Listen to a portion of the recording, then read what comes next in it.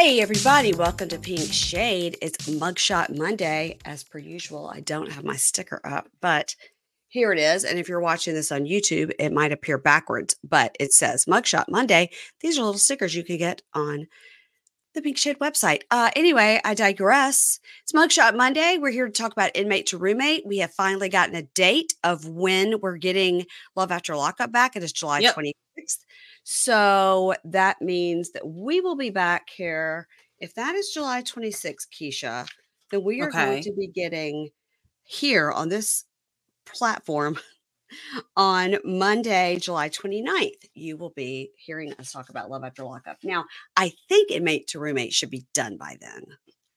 I'm thinking, what are we, 4 episodes? This is 5. So I think that's what we said.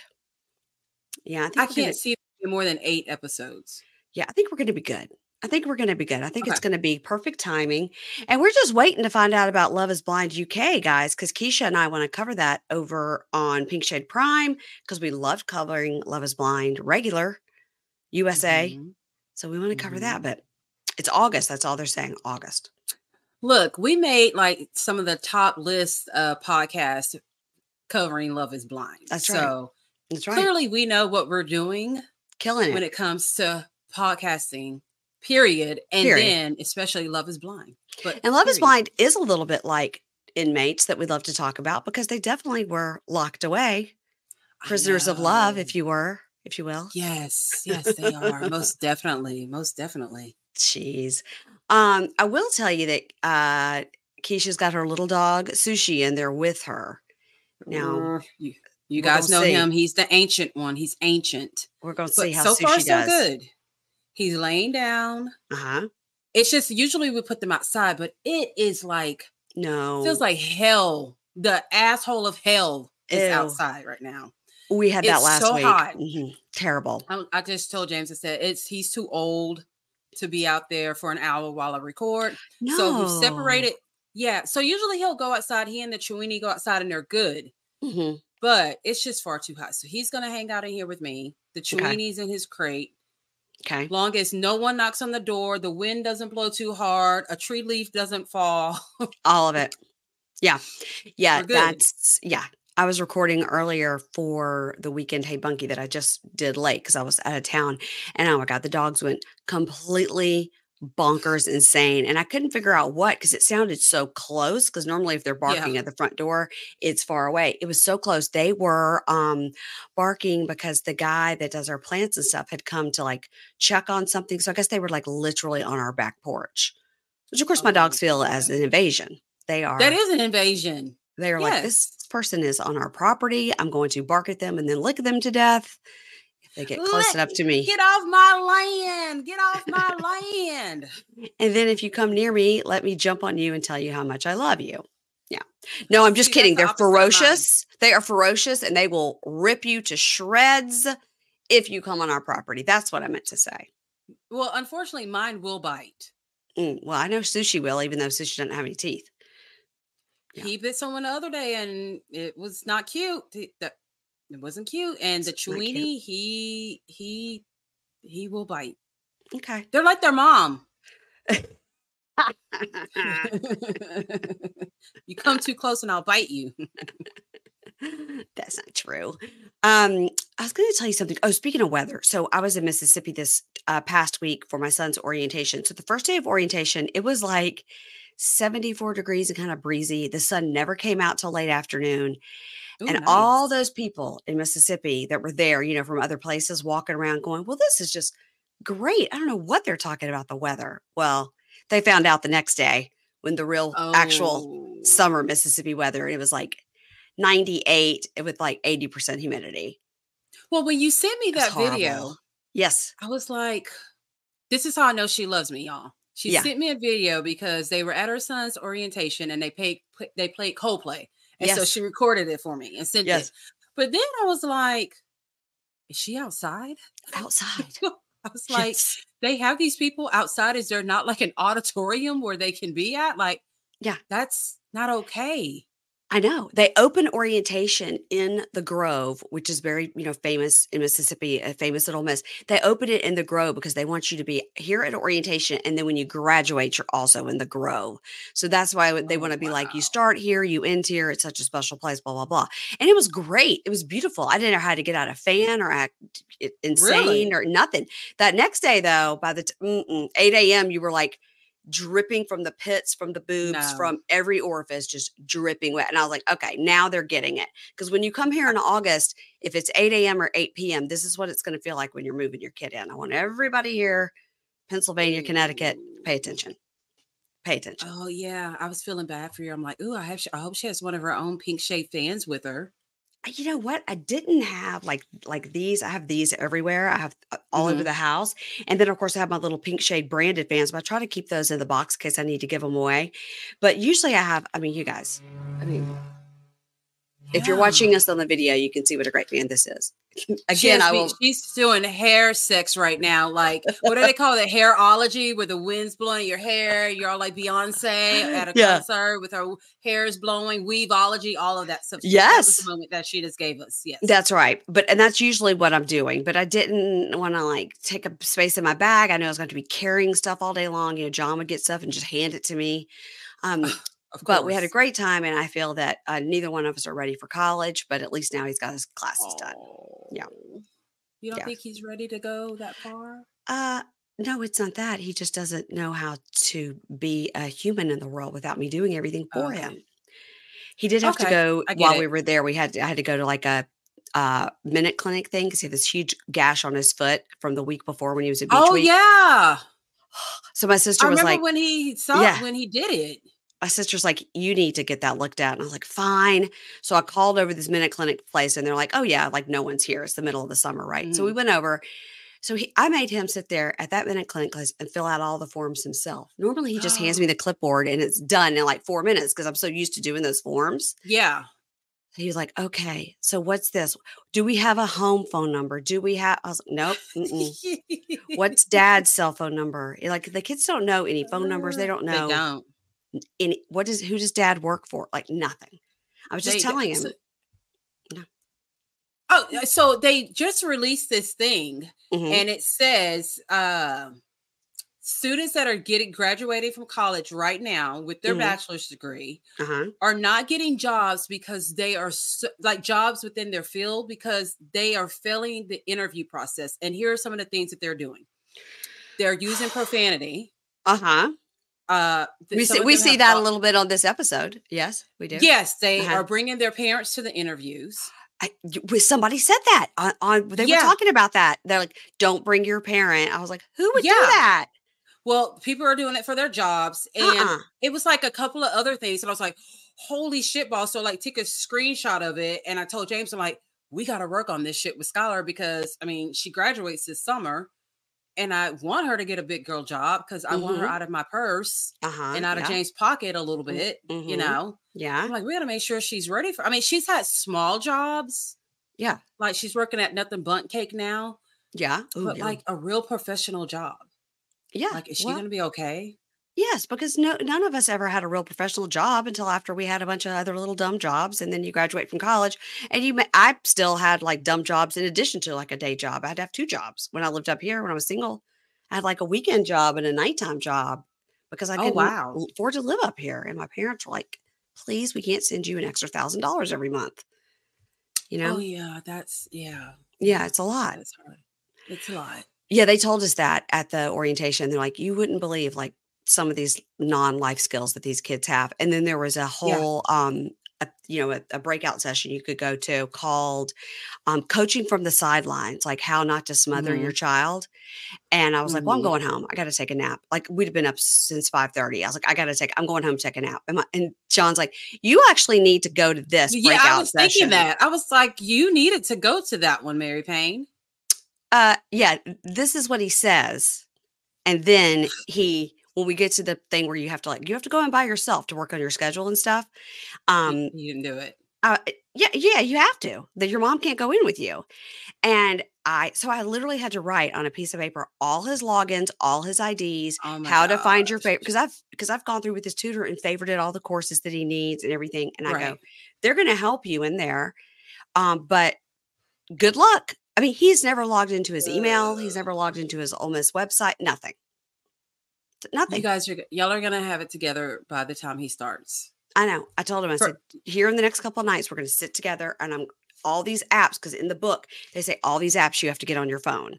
Ways to get money from your parents, ways to pay the right. bursar, way to put money on your little swipe card, all that. Plus, like how to digitally check out books, all this stuff. I go, all these apps, there's 10 of them.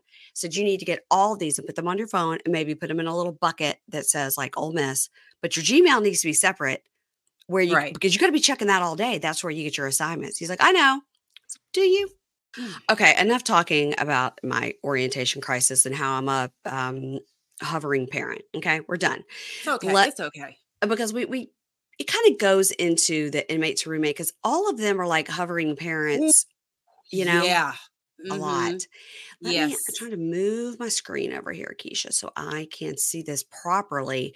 Well, all right. So I just watched this episode like an hour ago because, like I said, I was out of Okay. town, and I do actually like to like watch it and then go back and take notes. Didn't have time. So if there's something here that you caught that I didn't see in the background, let me know.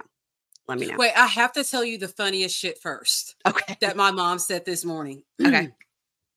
So we were discussing inmate to roommate, right? Mm-hmm. And so we were just talking about how there's such knuckleheads and this, and that. And she's like, and that Annalisa, she needs to go to the beauty shop. And every time she does a scene, she makes sure that big fake Louis Vuitton is in the background. Told you. And I was like, did Mary Payne mention that? I said, because Mary Payne is a stickler about her Louis Vuitton. And if you're on TV and you have one that's just like so beyond fake, she's going to mention it. I'm like trying to think, did Mary Payne mention? Yeah. Yes. Okay. Okay. All right. Yeah. I couldn't take it. It. The worst offender of a fake Louis Vuitton that we've ever seen was Shantae. Hers had like a pattern on the front and like no pattern on the back. I was like, oh God, yes. Come on. That was like at the flea market. She bought that. Or she drew that on the front. Like, I don't know. She had one of her grandkids do it. Listen, and what was the post that somebody sent us that Annalisa was like, listen, our house was under construction. We had just moved in. Yeah, she was, because people were talking about her house. Like, it wasn't just you and I who noticed it. Everyone was noticing it. And then, of course, that's when they had the dog poop underneath the bed and this and that. So as soon as you tagged me on that, I went on a deep dive. Okay, what happened? Well, she posts a lot of pictures, a shit ton of pictures, but I could only see like a couple that had her house in it. And I knew it was her house because of that weird decor, that little thing she has on the wall. Yeah. And I did not see any more blue paint. Okay, blue tape. Blue tape. Yes. So I'm thinking she got her check from A&E. And he went ahead and said, Veda, you know what? We're just going to pay someone to come over here and paint this wall. Yeah. But that's all I could see was like one wall. And I was like, okay, the tape is gone. So maybe they got it painted. Maybe because she was like, why are y'all out here talking about my house? I mean, we were clearly under construction. I was like, clearly.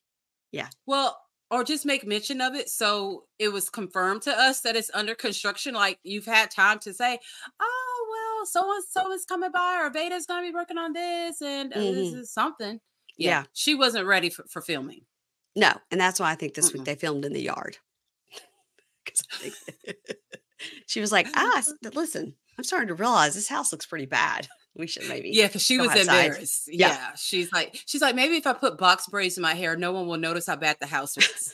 Her hair looks cute in this episode. It did. All right, let's start with Kathy and Daniel and Devin. Wow. Okay. So we open with the black screen of death. Devin has been out of prison for 5 days after serving 12 years for 5 days after serving 4 years. I looked up at my timestamp and that was wrong. Okay. Black screen of death. Devin has been out of prison for 5 days after serving 4 years for possession and theft. Last night, Kathy and Daniel notified production that Devin was arrested again. So now Kathy and Daniel are talking to production and they say, all we know is he got arrested a couple of days ago. Friday was great. And then he was looking at his phone and he said he had to go. And then we didn't see him again.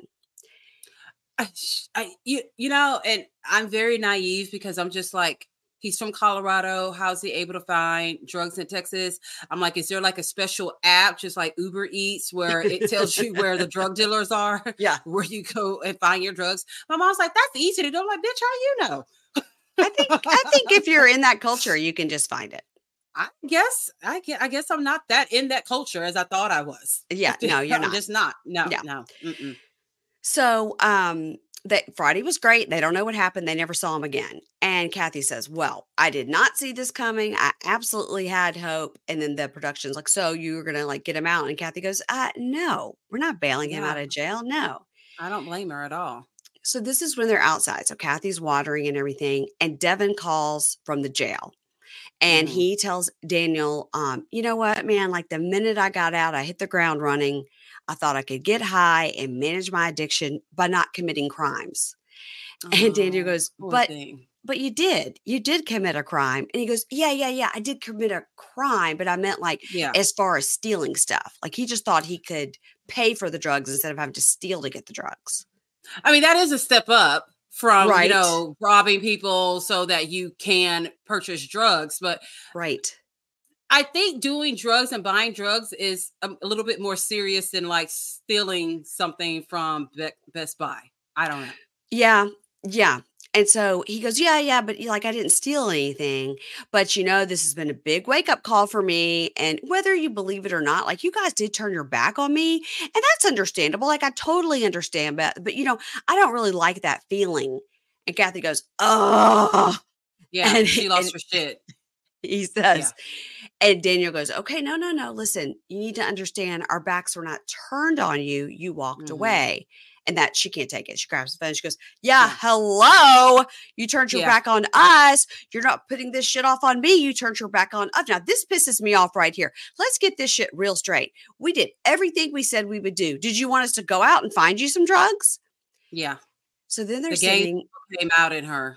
Oh, she got real turned real quick. Yeah, she got real Gainesville. And I don't know anything about Gainesville, but I just have a feeling like Gainesville, like that's how you act when you're really like just turned all the way up. I mean, she was pointing her fingers. Like I think she would have pushed them, given her like a Gen 8 push had he been there. Yeah, and I have to say this: I this whole scene gave me anxiety. Oh, it did. Because did you not see that damn swing that Daniel was on? It had no back. It didn't? He wasn't leaning his back on it? It was just like the top part, but the middle part. Oh, the slats were gone? It was gone. I was like, I feel unsafe. I'm like, is he going to fall? Yeah. They should get that fixed. I'm thinking they should. With their A&E check, they most definitely need to go ahead and just get a new swing. Yeah, they do. Yeah. And in the talking head together, she goes, this is what drugs will do to your brain. I had nothing to do with his decision to go out and find drugs and get himself caught and thrown in jail again. And Danny goes, yeah, Devin is real textbook, you know, blaming other people. So back to the phone chatting. He says, yeah, I mean, I know you guys did everything you said you would, but when I did mess up, I mean, not just you, but everybody, like nobody was there. Everybody's like, oh, he fucked up. It's on him. He did this and he did that. And then she goes, you know what? Daniel tries to grab the phone from her and she goes, you need some serious help. He does. Furious. He does. Well, because he kept trying to explain himself. Then when they would get upset, same thing. Yeah. He would say the exact same thing. I'm like, is he high right now? Like, is he currently right now in jail high? Because he's not making any kind of sense at all. And I'm wondering, how long had he been out? Had it been like a few days? Had it been 5 days? It had been 5 days. Five damn days. But 3 of those were in Colorado and then driving. So really only 2 days in Texas. 2 days in Texas. And he already got, damn.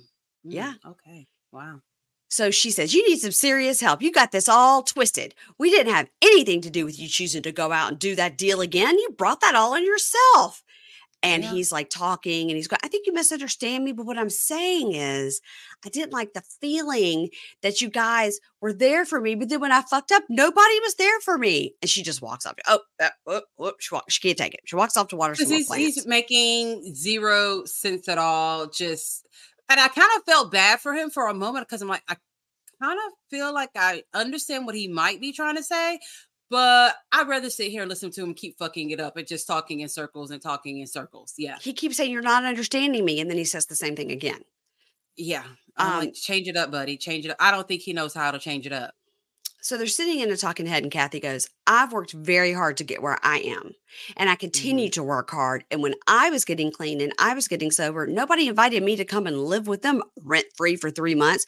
So I'm not ever going to stand for number one, whining. And number two, blaming the fact that you did something that you weren't supposed to do on me. Right. And back on the phone, Daniel says, oh, did you want us to say like, oh, poor baby? And Daniel Lincoln goes, I think you're misunderstanding me. I don't like the feeling that people turn their back on me. He keeps saying feeling. I think that's like a word he learned in therapy, but he's misusing it in this situation. Don't know how to use it. Yeah. Yeah. Mm-hmm. I don't like that feeling that you turned your back on me. You know, I'm in jail right now. Like I'm trying to deal with this shit and like hangs up on them. And they're like, all right. Well, then don't call. Don't call. You're only going to get tough love. You're not going to get. Yeah. Poor baby. And he needs tough love. I mean, because he fucked up real quick. So Kathy is furious. And she's like, this is what they do. He's sitting in there thinking, what do I have to do? Or what do I have to say to get out of here? And when he gets out, we're going to be between a rock and a hard place because we promised his grandparents. We don't want to upset his grandparents or lose our friendship with them. So it's like, do we take him in? Do we give him one more shot? I mean, I'm a second chance kind of person, so okay. I say yeah, but I think he's most definitely going to mess up again. I do too. I'm sorry to say that, but I do. So maybe he needs to go like to rehab instead of jail. Daniel and Kathy's. Yeah. Yeah. So now we see Daniel and Kathy talking to producers, and Kathy says, yeah, I think I'm going to go to the jail, like to see him and find out what happened. And Carissa, his sister, calls, and they're like, oh, Carissa's calling. And she goes, yeah, he's going to get out around 10. So if you could just be there, that'd be great. And she's like, what, today? Yeah. How did he get the money? And she goes, yeah, I don't know. Right. How did he get that money? Carissa doesn't convince me that she didn't give him the money. I can't see her bailing him out. Well, it depends on what the bail was. You know, depends on what his charges are. Because they're letting him out, so he's not. So that's another thing. So if he just got out of jail, yeah, and one of his charges was for drugs, right? Yeah, if I'm remembering correctly, then he gets stopped and he's got drugs on him. Why is he not staying in jail longer? He should not have even had bail.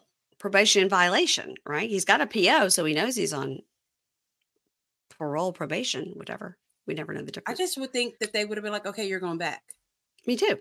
But no, he's getting out. And so they say, how did he get that money? She goes, I don't know. And Kathy goes, we didn't know he had any way to get bail money. And Daniel goes, well, it's good to hear that you and your grandmother didn't fold on that. And she goes, yeah, I don't know. Anyway, I got to go. So she was real quick with it. I do think one of them gave him the money to get out. Really? Mm-hmm. And she goes, yeah, I got to go. Anyway, I'll touch base with you this afternoon. Good luck with my degenerate brother. Bye. And I don't know if it's a good idea. I think he should maybe have sat there a little bit longer. I do too. Yeah. And so they're like, well, he got that money somewhere. He worked it out. And she goes, I got to go. I got to go get ready to go to the jail. And she just wants to talk to him before she makes a decision if he can come back to their house. And she says, again, like they promised these grandparents. And so that's why they feel like they need to help him. And they still got to get that good A&E check. So they're like, look, we've got a few more episodes. Let's just deal with it. He's going to go back anyway. Let's collect these checks. I know, but they don't want to wake up in the morning and some of their items are stolen, that he's hot, because they do have a kind of, all right. So let's go to Annalisa and Veda and Mark. Mm-hmm. And Mark has been there 2 weeks. Mm-hmm. And Annalisa says he's ungrateful and disrespectful. We know, Annalisa. We know. but the last 2 days have been peaceful. So she's outside watering the plants, and they call Mark to come out to the yard to hang out. And Annalisa in her new hair, which was great.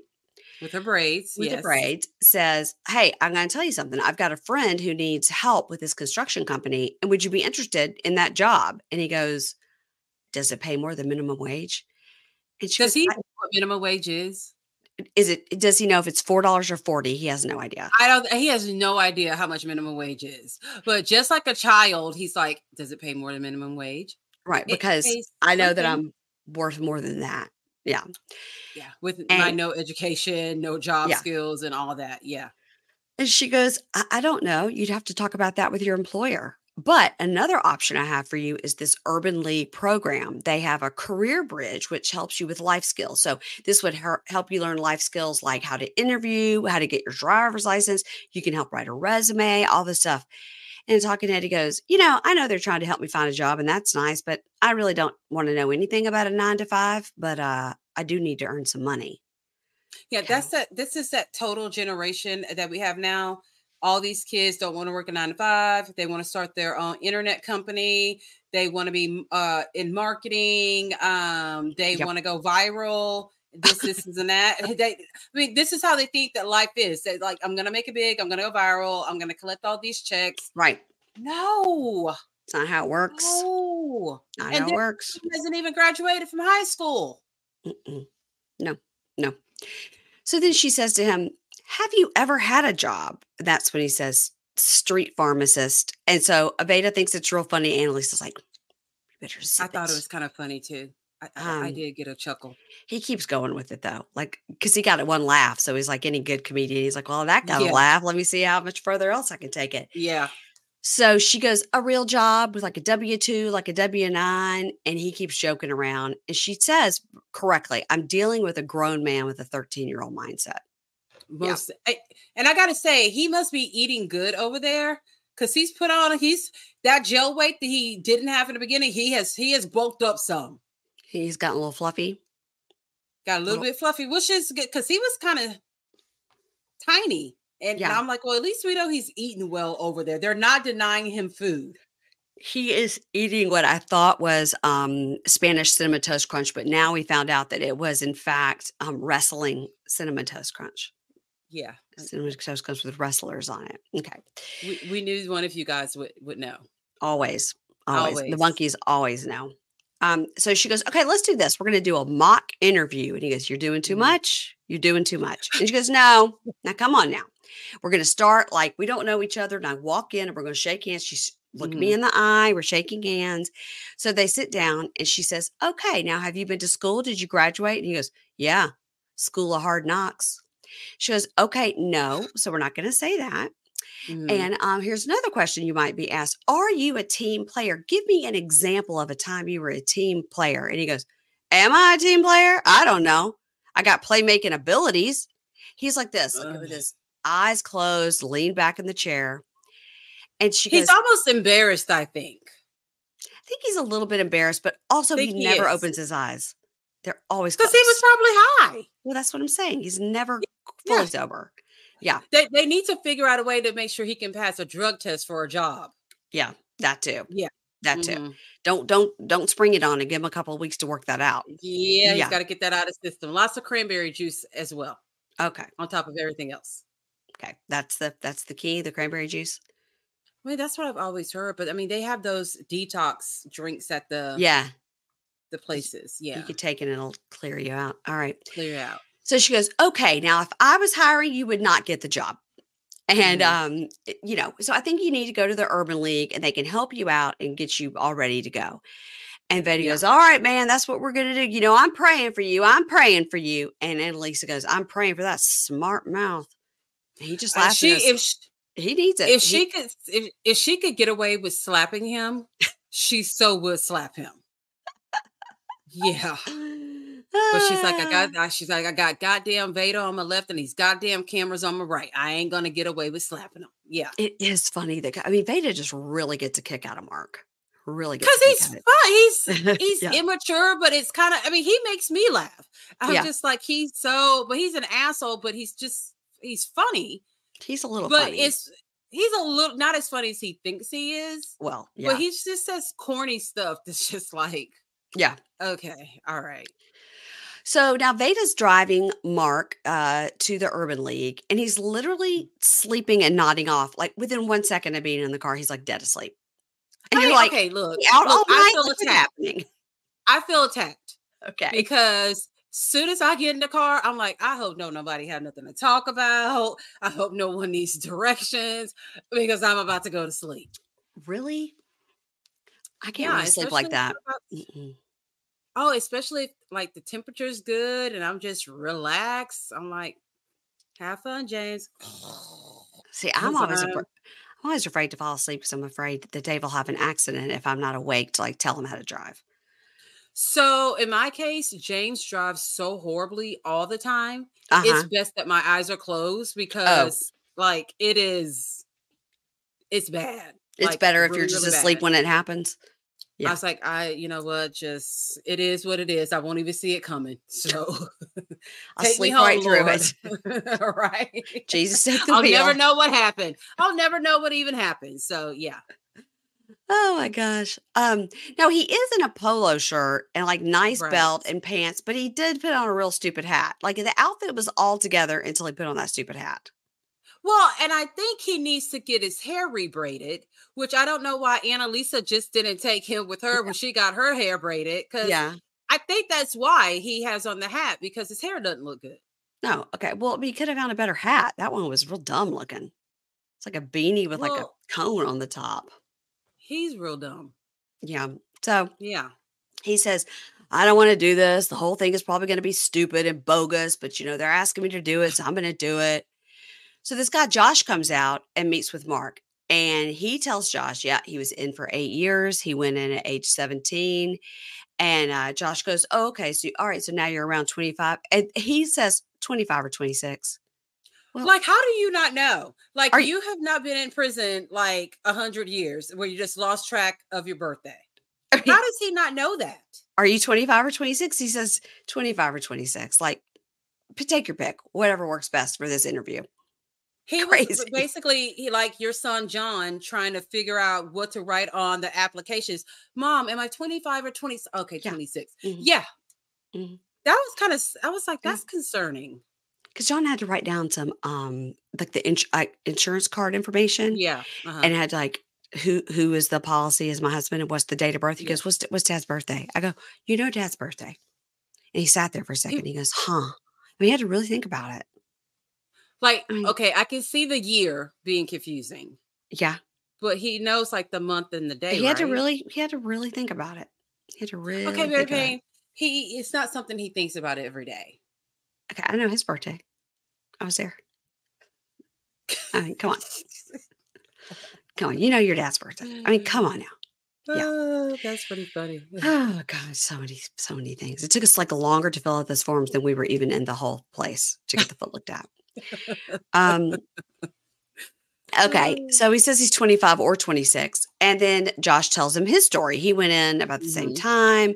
When he got out, he didn't know how to do anything, and he's like, "Yeah, he said it's a similar story to yours, and I know when I got out, like I was ready. I'm ready to change and be in the world, but there were so many barriers." And Mark nods and says, "Yeah, like I went in as a kid, but then you come out and you're an adult, and you're expected to know how to do adult things." Yeah, and he does not. And I think that goes to your point of he was embarrassed in that he didn't want to like pretend to like, okay, let me pretend to answer these questions realistically. Cause then he was afraid he'd be laughed at. So he may as well make a joke. Yeah. Especially from Annalisa, cause you never know what her mood swing is going to be. That's right. That's right. And he says, you go in as a kid, you come out as an adult. And Josh says, I understand every bit of this. I can help you because I've been in your exact position. Look at me. Like I got a desk job now and everything. So he explains about Career Bridge. It's a stipend-based program. They get him ready to work immediately. So they are doing on-the-job training. He gets certifications. He can join the union. He can get into the constructions trades program, which would be great for big money. And he's like, are you ready? Do you want to do this? And Mark says, yeah, he's ready. Okay. So in the talking head, he says, I'm grateful that type of program is there. And Yeah. I'm so glad that I met Josh. You can really understand me. And really, this is just what Yeah. he needed the whole time. Yeah. This is the first time I've had a glimmer of hope. Yeah, me too. And now I'm kind of understanding that all this, like trying to be funny and stuff, is him just being like, no, I'm actually, Embarrassed. I don't know how to yeah. do it. Yeah. So he tells Veda in the car that it's great. He really was, grateful for it. And he can get paid training. It's a real cool program. And he's like, I want to thank you, man, like for real, for taking me there. Yeah. And he says, yeah, I finally feel like I got the ball rolling on something. I can do something. But then he gets in the car and just dead asleep. Yeah, I can see him getting a job and being on there, having a job for 2 weeks. I hope that's not going to happen, but it's very possible, because what if the 3 girls come by in the white car and be like, whoop, whoop, beep, beep, let's go. Clocking out for the day. Clocking out for the day. See you guys back tomorrow. These poor homeless girls that have nowhere to go. I gotta help them out. That's the gentlemanly thing to do. Yeah. They're living in their cars. I've got to dick them down and then find them a motel to live in. So, yeah. Right. Okay, Cindy and Jennifer. All right. Oh my God. This started out bad and ended bad. It did. You guys know I'm always telling you about Tropical Smoothie Cafe. I love it. There's one right down the street. We go constantly. They've got these new summer mocktails, and I really, really love those. I love the mango berry Cosmo. I add some coconut to that. Oh, it's so good. But I want to tell you about some other stuff they have. They have a turkey bacon ranch sandwich that is delicious. For a kid's meal, they have like a turkey cheddar wrap. You can get some baked lays and a little cookie. My favorite on the kids menu is the little limeberry. That's if you just want a little smoothie. You don't want the whole thing. You guys, they have the acai bowls. They also have delicious breakfast. They have a Southwest wrap. They have an all-American breakfast wrap. And, for smoothies, they have those green smoothies. So if you're into that, they have that.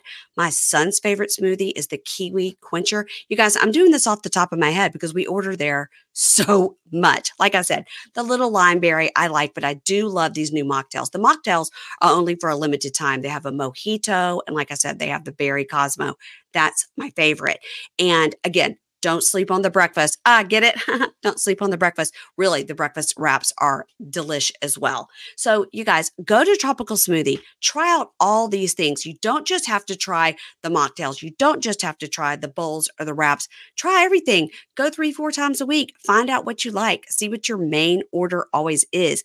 We're, again, going with that berry Cosmo mocktail because it's a limited time. Again, the little limeberry, the Kiwi Quencher, the acai bowls, the breakfast. You guys, all of it. Tropical Smoothie. You're on Tropic Time now. So Jennifer's been there. I was very, come on, Jennifer. So Jennifer has been there for over a week. So she's helping Cindy go through her stuff for a garage sale. Okay. What? That's positive. Let's get some of this shit out in the yard and try to sell it. What doesn't sell, let's just take it to the dump. Let's get something moving here. Let's do it. Okay. No one wants that shit. That looks I know. She just okay, but she's trying. She's trying. She realizes the house is a mess and she needs some help. Okay. So that's the first step, is admitting you have a problem. Oh, yes, it is. So in her talking head, Jennifer goes, it's hard because Cindy wants me here all the time. But, I have priorities. My priorities are getting my kids back, looking for a job. I feel completely trapped. Yeah. Cindy thinks she's my priority. Mm-hmm. And then in her talking head, Cindy goes, I think it's awkward because I think initially I rubbed her the wrong way because I have rules, but that's just the way it is around here. I'm the boss. She needs to buck up, and I'm not going to cater to her. This is my house and she should cater to me.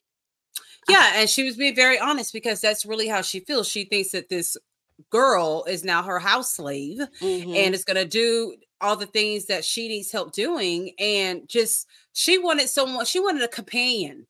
And she wanted someone, I think she really wanted a companion, and now she's taking it too far. She's being like, I'm the manager of this person. Yes. Yeah. And it's sickening to watch because you really feel bad for Jennifer because she's got no other place to go. I do feel bad for her. I really do. Mm-hmm. So in her talking head, Jennifer goes, look, I'm helping her declutter, which is, because she's already said she's OCD, so she likes this kind of thing. She goes, but it's hard because she wants to keep everything. Yeah. And it's a waste of time. And we see her looking at like this old shower curtain. And then I have my friend whose brother has like a complete hoarding problem and he got kicked out of his apartment. They had to go through 2 storage units. It's a one person, 2 storage units. Mm. And my friend was like, every time I went, I was like, okay, I'm leaving to go take this stuff to the dump. Here are 3 boxes of cassette tapes from 1981. I need you to go through them and obviously literally keep like 4 because you don't even have anything to play them on. Whatever. Go through and then go through these 4 boxes of books. And when I come back, we're going to load up, take it back to the dump. He would come back and he'd still be going through the first box of cassette tapes. Oh, I can't get rid of this. I can't remember this. And he was like, dude. And he was like, it was so impossible to help him because I would be like, I'm doing this, I'm doing that. When I get back, I want you to give me 4 more boxes. I'll be gone for 45 minutes. Come back and he's still sitting in the same spot. Hadn't even gotten through 1 box. And it's a total waste of the person's time who's trying to help them. Yes. You know what I mean? Because that's like exhausting. It's like, why do I keep bringing over these boxes and you keep looking at them and saying, oh, I can use it for this. Oh, I can use it for that. Yeah. Like, what the hell? I can use this shower curtain. She goes, okay, Cindy, what are you going to use that for? And she goes, oh, in the garage if I was painting or something. Oh, is she an artist now? Is she painting? Is she painting in the garage? Well, we did see her paint in the garage the first episode. Okay. She's painting the walls of the garage or she's painting paintings? They were painting cabinets. Okay. So instead of just letting the paint get on the floor. Instead of just letting the paint get on the floor of the garage, you got to put down a 400-year-old shower curtain. Because she's trying to be clean, Mary Payne. Stop it. Don't take up for her. She's trying to be clean. No, I'm totally making fun of her. I know. It's just nuts. It's just nuts. So Jennifer says, at this rate, this is really going to take a long time, right? And she's like, well, I got to keep, this is from my grandmother. I got to keep this. It's doilies. I got to keep these. Oh, this is a keep. This is a keep. So Cindy goes, do you think you could go to the store for me and get a few things? And she goes, yeah, okay. And she goes, and can you pick up those prescriptions too? She's like, all right. How was she managing before Jennifer got there? Like who was doing? Oh, I'm sorry. Richard was the one having to do it. Richard. I have a feeling this is going to end with like a scene from the movie Misery where Jennifer's going to have her tied up to the bed and she's already got the 1 foot cut off. So, there's the whole break. Or she's going to push her ass out of the wheelchair and put her in the basement. Like this is not going to end well for Cindy. And when was the last time Cindy's had a bath? She looking extra greasy. Yeah. She could wash her hair for sure. For sure. And the color has faded even more. It's like her roots have really grown out. I'm like, oh, I know Mary Payne is having a field day watching this hair dye. Just kind of.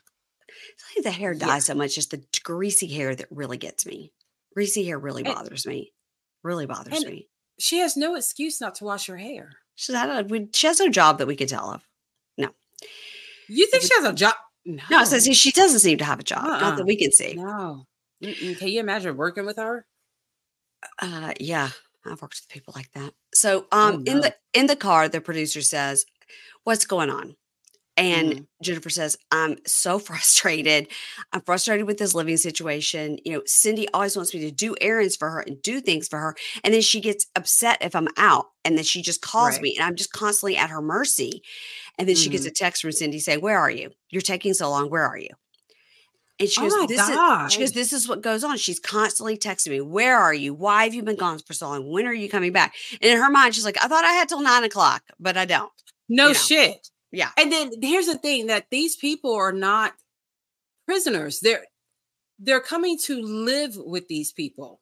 You know what I mean? Like they should be able to come and go as they please. Like the curfews. I'm like, look, unless my parole officer has me on a curfew, I don't think I need to be on anyone's curfew. I agree with that. But again, I've told you a million times, I feel very about knowing the house is locked and all that stuff. Right. I mean, last night's a great example. John tells us he's spending the night at his buddy's house. And then at 12 something, the phone rings. He's like, yeah, nobody's going to spend the night over here anymore. So can I come home? And I was like, well, the alarm is on and we're all in bed. Call your sister. Yeah. So he calls his sister, who goes downstairs, turns off the alarm, puts the key out for him, blah, blah, blah. She was very nice of her. I thanked her. So I wouldn't have to get up. She's very nice. She's very nice like that. And I was like, man. And then now at 12:30, he's sending a text, 1:00, so I don't go to bed till like 1:00, which is why I yawn all the time, because now I'm waiting for him to turn the alarm on so I can go back to sleep. I don't think these people are doing that. I think these people are just bossy. You're a concerned mother, homeowner. These other fools just want someone to control. All right. So, all right, back to these two. So, she says, with this going on, this constant texting and everything, I don't know how long I'm going to last at Cindy's. It's giving me a lot of anxiety. I think moving in with her wasn't the best idea. And then they have a talking head with her. She's crying on the stoop and she says, right now, I feel very, very lost. I feel more lost than when I was actively an addict. You can tell. Yeah. She's very stressed. Very stressed. She's exhausted of this person. Cindy's doing a lot. Yeah. So now we open with this sort of Blair Witch, like janky camera scene. And Jennifer's crying and saying, I'm sorry. And in the talking head, Cindy says, Jennifer woke me up this morning in a panic saying she needs to go to detox because she's relapsed on drugs. And it just scared the hell out of me.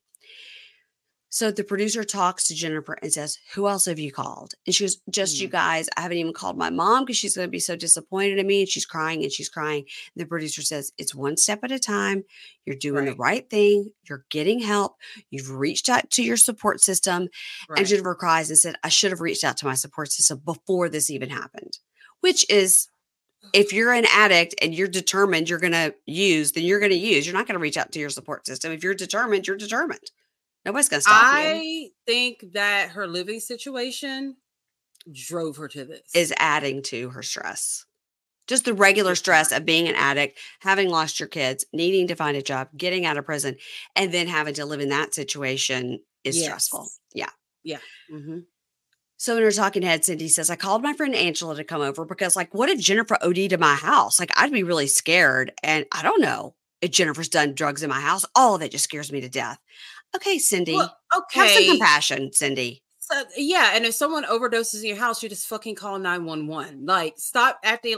She just wants to be Captain Save-A-Ho. She wants to be like, I saved this poor youth, even though it's not a youth. Like, I did this. I molded this person. I saved this person's life. Mm-hmm. That's what she's so selfish. She can help no one. I agree with all that.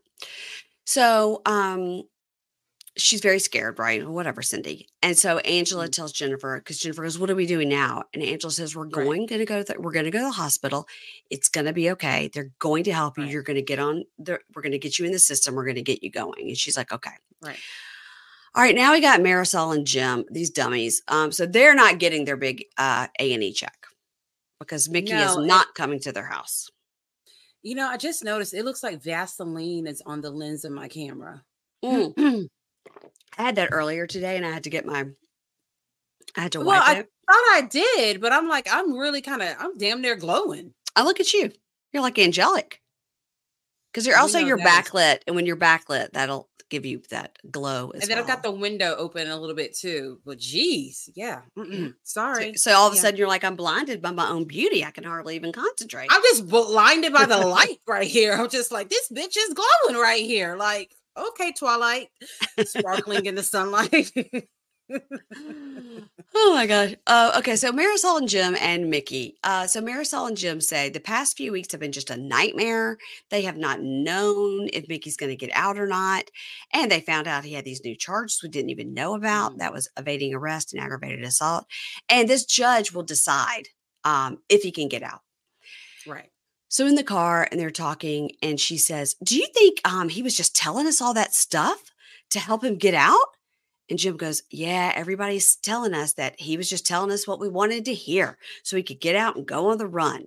Yeah, they told you he runs. And I don't know why they thought that they could just save him, but they've got that savior complex as well. Yeah, they do. Yeah. They're really trying hard to create a cult. They're trying hard. Create it. I think it's already created. They're just trying to get new members in now. Maybe so.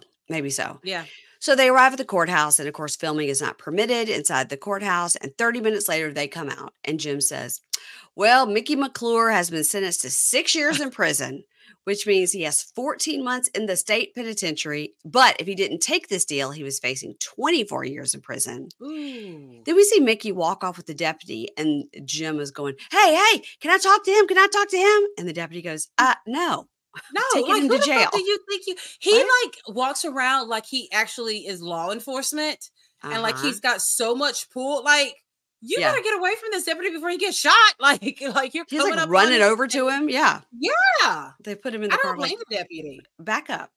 And so in the talking head, they said, we just want to talk to Mickey. We need to find out if he's been lying to us, because if so, that's going to ruin his chances of being able to move in with us when he gets out of prison. Like, I can deal with honesty and I can't deal with dishonesty. That's right. Because they're not the same thing at all. No. Strong words, Jim. That's deep thoughts by Jim. Yeah, they're upset they're not going to get that A&E check because they were going to get like her Ford Explorer wrapped with all of the...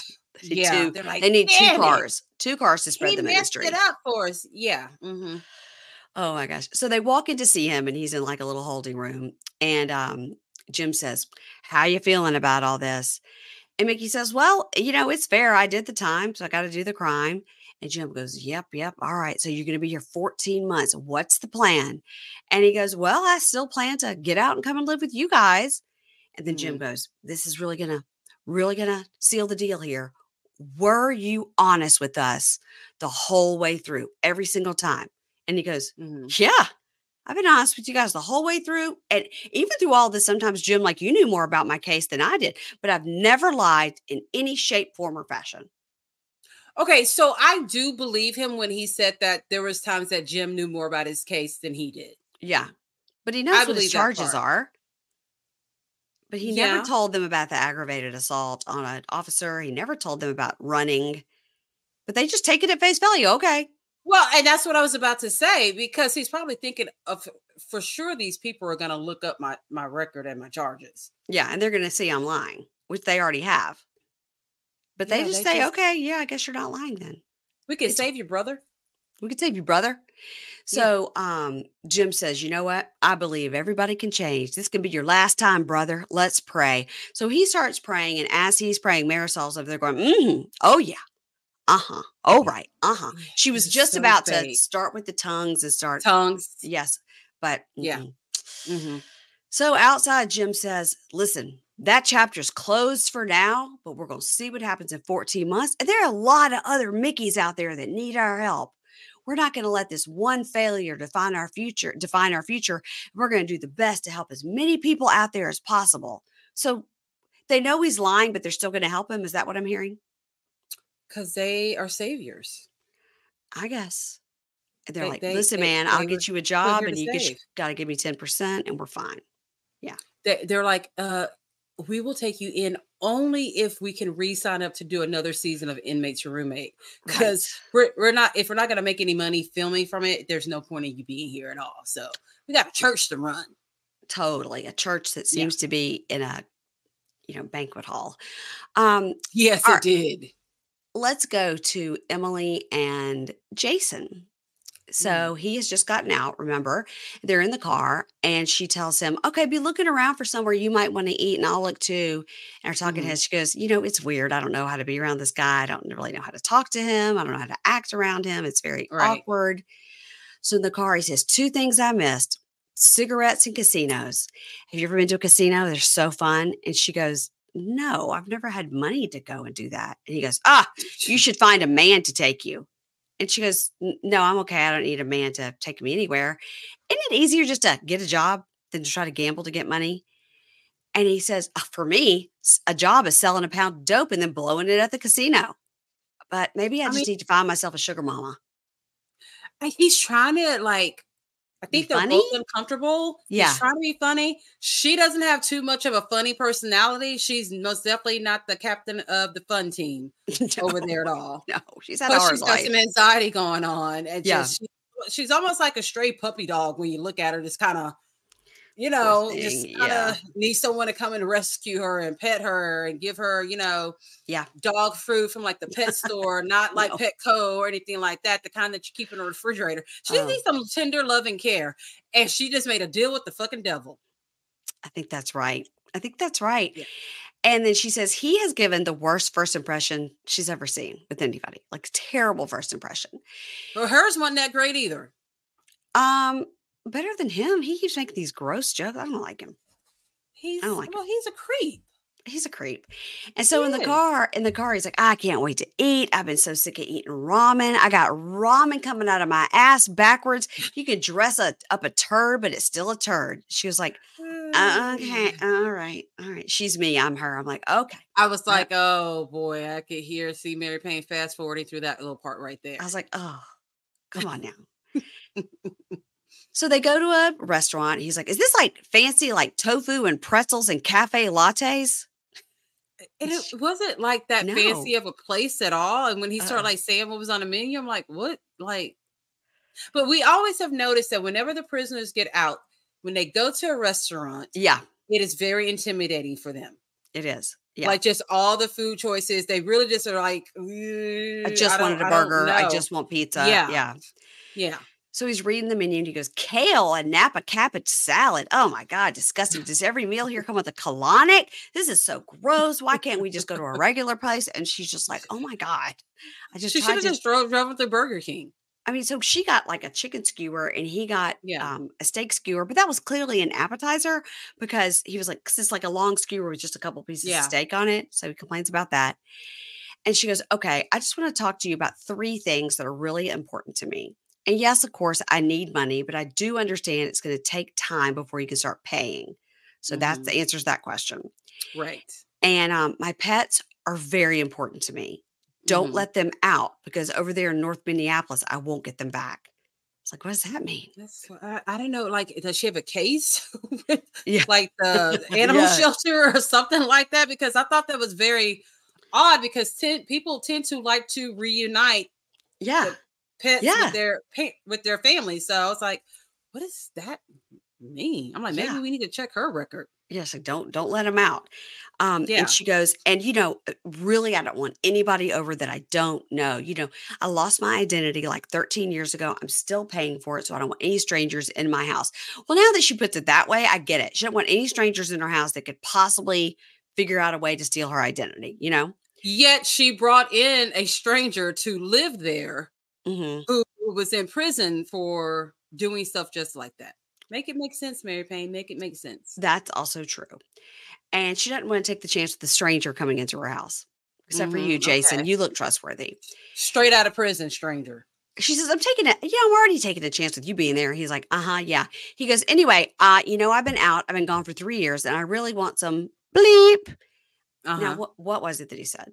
Because I tried to look. What word do you think he said that? Pussy or ass? I think it must have been the first one because it seemed to have more syllables than just ass. Yeah. Yeah. I mean, yeah, that would be the right word to use but it's just disrespectful to her. I think it's like, he doesn't even know her. Like, don't talk that way to her. He could have thought of several other ways to explain it. Like, look, I've been lonely. I've got some girlfriends I'd love to meet up with that really care about me. And why can't he meet them at their places? Right.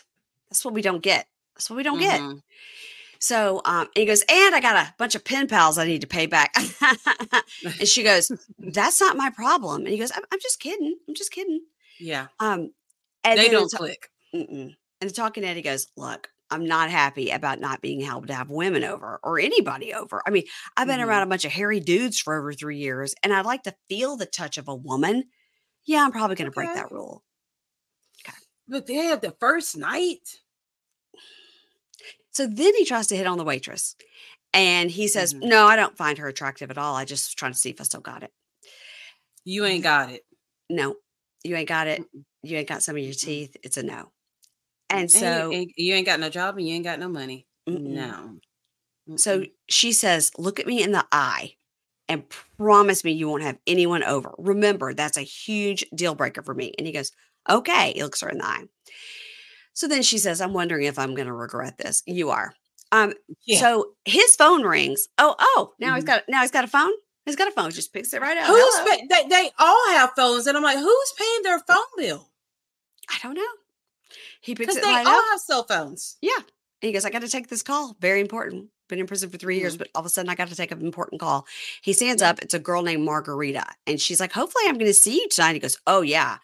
And he goes, listen, the lady I'm staying with isn't cool with me having people over. So if anybody comes over, it has to be after 8 p.m. And she's like, all right. So then he says, there might be some consequences to my actions, but I'm willing to risk it, like just to be with a girl.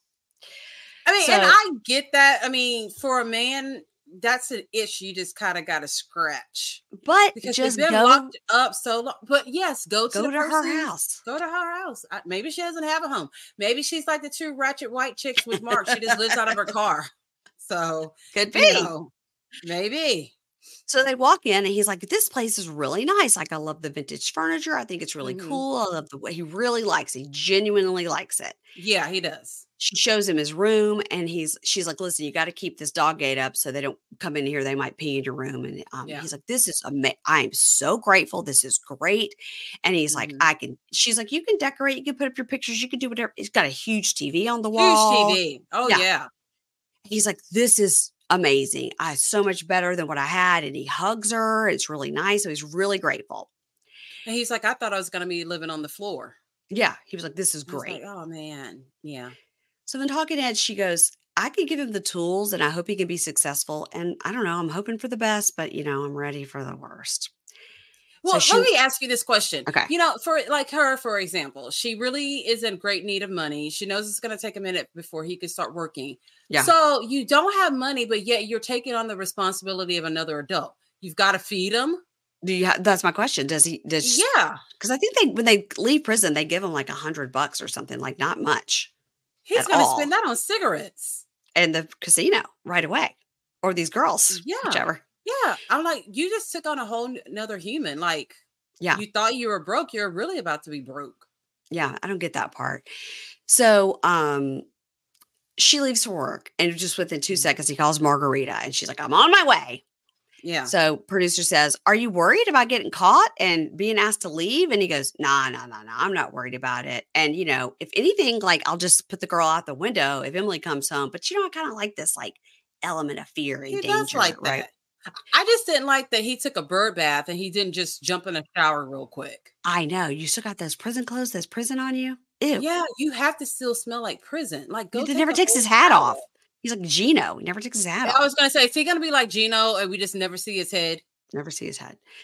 So Margarita arrives. Now, Margarita has brown hair. I specifically noticed this. And he goes, oh, you look good. She goes, you look great. Vice versa. Love you. You look great. They go over the dog gate into his room. They start to make out. And he makes this real creepy, like, look back at the camera. He did. And close the door. Yeah. And, we don't need it. He was trying to be sexy, like, look, look at me. Uh-huh. Next week on, Devin and Kathy are in the car. So she did pick him up. And he says, I knew right when I started lying and manipulating that I was going to be doing it again. And she goes, but you're still looking at it as poor Devin. And he goes, well, you guys cut me off. You washed your hands of me and you kicked me out and you gave up on me. And she goes, yep, poor Devin. You're taking no responsibility. Zero. Aaron talks to his daughter that we haven't seen. And she says, I've never been able to tell you that I'm hurt by you because you have such a deep trigger with people not approving of you. And her talking head, she says, my dad has been gone more than he's been around. I'm not going to put myself in a position to be hurt by him because he's been in prison more than he's been out of prison. Oh, that's sad. Very sad. It is sad. Now we see Emily. She walks in the house and the producer says, hey, Emily, what's going on? And she picks up these pair of wedge heels and says, this is what's going on. She knocks on his door and he goes, oh, hold on a second. And she tells him, I told you I don't want anybody here while I'm gone. This girl's going to have to go. She has to go right now. And he puts his head up against the wall and he goes, oh my God, is it really that big of a deal? I've been gone for 3.5 years. Please. And she goes, you just got here. This is not my problem. Excuse me, lady. You have to go. Sorry, you have to go. And hopefully you want better for yourself after this. I like that she said that, like, you can do better than this man who just got out of prison and is homeless, basically. Did you see that girl was blonde? It's a totally different girl. Oh, it's a different girl? I went back and rewound it because I was like, okay, because I thought Margarita had brown hair, but the girl they showed sitting on the bed was like bleached out blonde. No, no question. It was two different girls. So he was really paying back all the pen pals. Like, he was not lying when he said that. Yeah. Oh, now we don't know if this is like day 4 and he just got caught and he's moved on from Margarita and he's moved on to Señorita. Let's see. If it's Margarita, we could move on to what's another fake like stripper name? Good fake Diamond. Stripper. Diamond. Yeah, Sparkle Diamond. Yeah. Oh my God. I tell you what, man. This show is good. It's getting better. It's a lot better than it was last season. Yeah. Because the roommates are just as fucking crazy as the inmates this season. Yeah. Like, collectively. I'm really like, I got my feelings turned around about Mark and thinking if he could get in this program where he feels like people actually understand him and he doesn't have to be embarrassed. He doesn't have to have this bravado because these people have been where he's been and he can see like, oh, I can change. I can get a job. I can do good. If he can get into this program, then maybe we're on the right path. So yeah, I'm positive now. And I just see bumps and potholes and all that on that path. Okay. That's just what I see. Okay. Because I think there's a scene that we saw where shit went real left. Oh, did we? Was it like I think a preview? so, when they were showing like this season on. So I don't know. Let's just hope for the best. I'm hoping for the best. Yeah. Tell me what is going over there on the Libra Lounge with Keisha. Keisha has a podcast. It's called the Libra Lounge with Keisha. Tell me what's happening over there. New episode just came out Friday. Mm-hmm. We talk about some housewives drama. We talk about the Kendrick Lamar concert. I make fun of producer James. We talk about the new upcoming show on Bravo with like all the Bravo kids and how like we don't need this show and all that. And then I've got a special interview on there as well. What about Kendrick Lamar concert? What happened to the Kendrick Lamar concert? I know about Kendrick Lamar and Drake are in a fight, but I don't know about a concert. Yes. What happened? So Kendrick has a concert like there. He's got other rappers there that it's packed in there, and he performs his Drake diss track for the first time, and he performs it like 5 times in a row, and literally everyone there is singing it word for word. You got LeBron James, you got people who used to be on Drake's side, basketball players. Northwest was there. Okay, then on stage, like all these people start getting on stage, and he's got like ex-gang members on there, like from the Bloods and the Crips. They're all gathered together to be with him while he's performing this Drake diss track. Everyone's like, basically, he wrote Drake's obituary. So, wow. Yeah. The highlight for me was the fact that I'm like, is that fucking Northwest right there? Like, what is she doing here with gangbangers? Why is she there? Like, is she 12? Why is she there? Why is she there? I'm like, her parents cannot be there because the camera would have been following them around. Yeah. She's there with another little girl. I'm like, this is some just ghetto shit right here. Just send the girl off. She in there with Bloods and Crips and, North, she was probably in there doing gang signs and shit. So, yeah, I was just like, this is a child, but yet she's just not a child at all. Wow. Okay. I would like to know your opinion on the Jen Aydin, Danielle Cabral fight. I talked about it last week, but I haven't talked to you. What did you think? It was so good. Oh, Mary Payne. It was so good. And you can tell that Danielle has been in some fights before because her reflex when she knocked Jen upside the head like that was instant. Yeah. And I just feel like, I'd never promote violence, but Jen had this coming to her. Okay. Now, Danielle did get in her personal space. But when someone does that, you can always back up or turn around and you're like, I don't know who the fuck you think. Or don't be in my personal space. You better back up. Yeah. But then she pushes the girl. And she pushed her hard. Yeah, she did. She really did. And it's like they all forgot that they're on Ozempic and their bone density isn't as good as it used to be. I mean, she pushed the shit out of that girl. But, I mean, Nate, we need to give that man his flowers because he saved Jennifer's life that night by going to go get his wife. It was something. And if fucking Teresa, I didn't see anything. I don't know. She was like, you were literally right there. You saw it. But they were like, what happened? She was like, I don't know. I was I like, don't know. well, you were really standing almost between them. So you do know. But then she said, that that other girl that's like trying to get on the show, whatever her name is, walked up with the hat and was like, if somebody would have pushed me, I definitely would have hit him upside the head. And Teresa's like, oh, hell fucking yeah. Yeah, yeah, yeah. So she's so just, and that scene where she's like telling the truth about her using Jackie, I'm like, Jackie needs to be somewhere cocooned in her bed, feeling real dumb right about now. So yeah, it was a good episode. Yeah, I've heard that on the last episode, Danielle breaks something else, like a picture. A picture or something. Yeah. And that what they're going to be doing is having everybody separately in their homes watching the finale and getting their reactions to it and then piecing that together for a reunion, but they're not going to be together. That's what I've heard is going to happen. And I'm like, what's that going to do for us? At all. Nothing at all. If you're not going to give us a reunion, don't give us anything. Right. Yeah, because once again, Jen talks about Danielle's husband's looks. So this bitch likes to keep fucking around and find it out. You know, Jen talks about Nate's looks. Yeah, that's what I've heard. And that's what set Danielle off. Nate is kind of hot. So how could she say anything about him? Because Jen's just a hater, period. She's just a hater. Because her husband don't really love her all that much. Maybe he loves her, but he don't like her. No, he's very, very, very like, okay, whatever you say, dumb.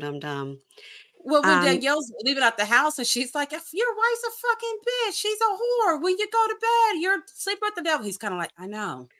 He's just like, I'm just trying to enjoy this barbecue sandwich. And I got this quesadilla from outside. Now you're really, really, really. He did not get up to go check on his wife, which was funny. Yeah. Like, I got to finish this sandwich and then I'm good to go. Yeah. Mm-hmm. Wow. Well, I am looking forward to the upcoming episode. We'll see what happens. And that's all. You guys, here's what's happening here on this podcast. Okay. Yes. Mondays are Inmate to Roommate with Keisha. This episode here. Tuesdays, 90 Day the Other Way with Kimberly. Thursdays, this week I have Mariah Smith from the Smith Sisters Live on Radio Andy. I'm very excited to talk to her, talk about Bravo. That is Thursday. And then, of course, we have MILF Manor we're covering. I'm covering that with Deanna Chang on the $10 level. And then over on Hey Bunky, I'm covering 90 Day Happily Ever After and 90 Day UK, soon to roll into Plathville, the best show on television. So I'm very excited about that. How is that coming back? Like, aren't the children gone and the husband and the wife are divorced? Like, yeah. Well, some of them went back into the cult. The parents are getting divorced. And then, Ethan and Olivia are also getting divorced. And so it's kind of following all, instead of like following everybody on the farm, it's like 3 different shows, right? These people are in Florida. These people are in Georgia. This one's here. This one's there. Olivia lives in LA now. So yeah. Oh, okay. Oh, wow. It's going to be good. Maybe it's the last season. Maybe they're wrapping it up, but it is must-see TV, in my opinion. I'll take your word for that. But you got to start from the beginning. You can't. Well, I know a lot of the storylines. Yeah. You can't just jump in. You got to watch the whole thing. Well, if I do that, then you got to watch 1,000 Pound Sisters. No, but I have here and there watched my 600 Pound Life. Nope. Is that the show I'm watching? She actually did, y'all. You text me. You're like, hey, I'm watching an episode of my sister. I was like, oh. I'm only watching these ones where they show like where are they now. So they give you like a 20-minute clip of their life, and then you get to find out how they progress. I like to have some sort of happy ending with these people. I got to have a happy ending. You got to watch a full episode where you get the backstory. You get to see them take a bath. You get to see them have their first breakfast. You got to see their first appointment with Dr. Now. You've got to see them fail on their second. You got to watch a regular episode or you're not getting the full effect. I've been getting the full effect where they go to the doctor and he's like, okay, well, instead of losing 100 pounds, you have gained 20. Are you going now? I'm going to give you one more chance to do my program. And they say, yes, I will. Yeah. And they go back. Okay, you didn't lose 100 pounds, but you did lose 60. So now I'll let you. And then they go and like just live in a hotel and just eat this food. And I don't understand it, but I just get very happy at the end. Some of them move there. Yeah. And most of them have to move to Houston. Okay. Well, I am happy when there is a success story. So if you can point me to an episode where I'm going to be happy at the end instead of depressed, then I'm good. But I don't want to be sad. Why would I do that? I don't know. I don't want to be sad. I want everybody to succeed. There's only a couple of really sad episodes, and that's when a person dies. Okay, yeah, that's pretty sad. Those are sad. The other ones are just like, I knew it. I know, but I don't like it. It's just like watching. I mean, not like it is an addict that can't quit, and then it's terrible. They're food addicts, and it's upsetting to me, Keisha. It's upsetting. I know. I have a crush on Dr. Now. Well, that's fucked up. That's my man right there. That's my man. Oh my God. You guys, everybody follow Keisha, the Libra Lounge with Keisha. You can find her podcast wherever you get podcasts, and you can find her by looking that up on the Instagram and the TikTok as well. Same for me. If you'd like to hear more of Pink Shade, I told you what's going on. And also you can follow me on Instagram at Pink Shade Pod. TikTok is at Pink Shade Podcast. And I'll talk to you next week about these inmates and these roommates. All right. Bye. Ads not read by me, Mary Payne, don't necessarily reflect the views of Pink Shade. If you'd like to listen to ad-free, you're going to go on over to Supercast or Patreon, and you can find the links to Pink Shade Prime at Pink Shade Podcast.